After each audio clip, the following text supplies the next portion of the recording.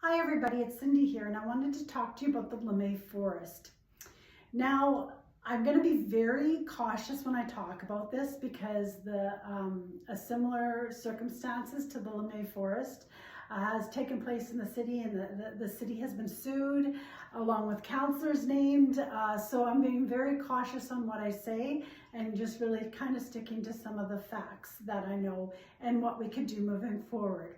So in terms of the LeMay Forest, this is private property, which really limits on what the city can do in terms of private property.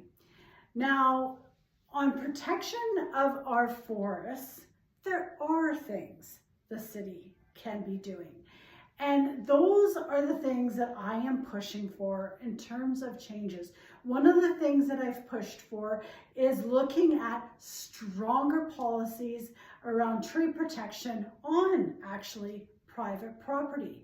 This will be coming forward very shortly. I'm told this is going to be coming within a month or so. Our tree protection bylaw changes to it that looks at tree protection not only on the private property and on our public property.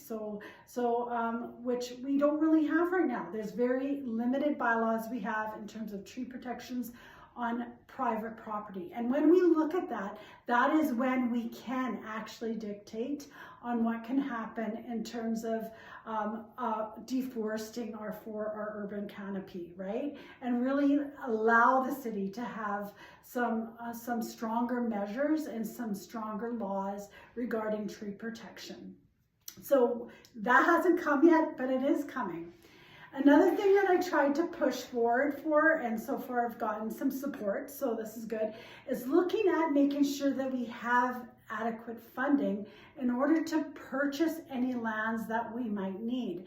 We want to look at increasing our park space and increasing our urban forests. So in order to do that, we need to make sure that we have the funding. So the city needs to actively look at what we can do to get that, to generate that revenue. There is funding that is federally available for us, but in order for us to tap into that, we need some of the money up front, half of it coming from the city or the province. So we need to actively know how we're going to come up and generate the money that is needed to purchase forests, or if we're going to expropriate lands, to expropriate them and have the money available in order to do that. So these are very complex issues, and I do want you to know that councillors are asking the city on many ways of what we can do, but we also got to remember that legally there are things that the city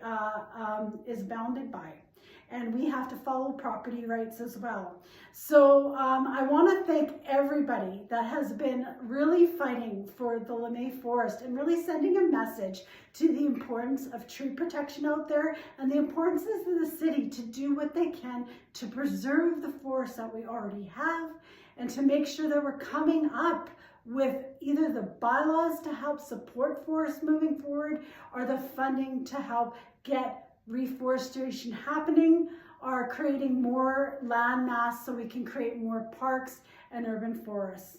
So I hope this is helpful for you to understand what's going forward.